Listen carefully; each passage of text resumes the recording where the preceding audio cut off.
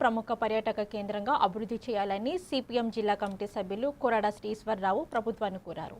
ప్రకృతి అందాలతో అల్లారుతున్న ఈ ప్రాంతంలోని పార్కులు, వీక్షణ వేదికలు, త్రాగునీరు, మరుగుదొడ్లు, విద్యుత్ దీపాలు వంటి మౌలిక సదుపాయాలు కల్పించడంతో పాటు భద్రత కోసం శాశ్వత వాచ్మ్యాన్ను నియమించాలని ఆయన డిమాండ్ చేశారు.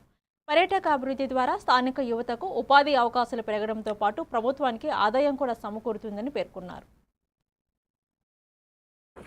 ప్రతిరోజు సాయంకాలం కూడా ఇక్కడికి కుటుంబం తల్లిదండ్రులతో పాటు రావడం అనేది జరుగుతుంది. అయితే ఇది ఒక పర్యాటక కేంద్రంగా డెవలప్ చేయాలని 10 ఏళ్ల కిందటి కూడా ఐఏఎస్ స్థాయిలో కలెక్టర్లు కూడా ప్రతిపాదన పెట్టారు. కానీ ఇంతవరకు నిర్వాసితులు భూములు కోల్పోయారు, అన్నీ చేశారు. కానీ ఇక్కడ ఇటువంటి ప్రాంత అభివృద్ధి కోసం ఎటువంటి కృషి కూడా చేయడం లేదు. అలాగే అనేక ప్రమాదాలు జరుగుతున్నాయి. చూడడానికి రావడం, కొంతమంది ఈ జలాశయంలో పడి మరణించడం కూడా జరిగింది. ఇటువంటి పరిస్థితుల్లో ఒక అవుట్సోర్సింగ్ ఉద్యోగిని ఇక్కడ నియమించి వీళ్ళకి ప్రమాదాలు జరగకుండా చూడాల్సిన అవసరం, ఒక నైట్ వాచ్మ్యాన్ కూడా వేయించాల్సిన అవసరం ఉంది. ఇది ప్రభుత్వం ఇరిగేషన్ డిపార్ట్మెంట్కి ఎంతో లక్షలాది రూపాయలు ఖర్చు పెట్టారు.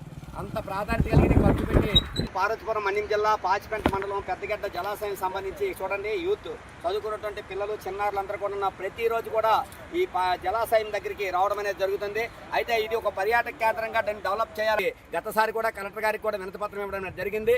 ఈ పెద్దగడ్డ జలాశయం సర్వం కోల్పోయినటువంటి వాళ్ళు ఉన్నారు. అంతేకాక త్యాగాలు చేశారు, అశేషమైన త్యాగాలు చేశారు, భూములు కోల్పోయారు. అయినా ఇక్కడ రైతులందరూ కూడా ఇంత త్యాగాలు చేసినటువంటి ఈ ప్రాంతం పర్యాటక కేంద్రంగా డెవలప్ చేయాలని కూడా కోరుతున్నారు. ఈ ప్రకృతి అందాలని డెవలప్ చేయడం కోసం మరి ఐటీడీ అధికారులు, కలెక్టర్ గారు, రాష్ట్ర మంత్రివర్యులు పూర్తిగా బాధ్యత పడాలని కోరుతున్నాం. చాలా ప్రమాదాల్లో చాలా మంది చనిపోయారు ఇక్కడ. కానీ నైట్ వాచ్మ్యాన్ ఉండాలని కూడా కోరుతున్నాం. ఒక నైట్ వాచ్మ్యాన్ ఉంటే ఖచ్చితంగా ఇక్కడ ప్రమాదాలు ఉండవు, అక్కడ ఉద్యోగ భద్రత కూడా ఉండే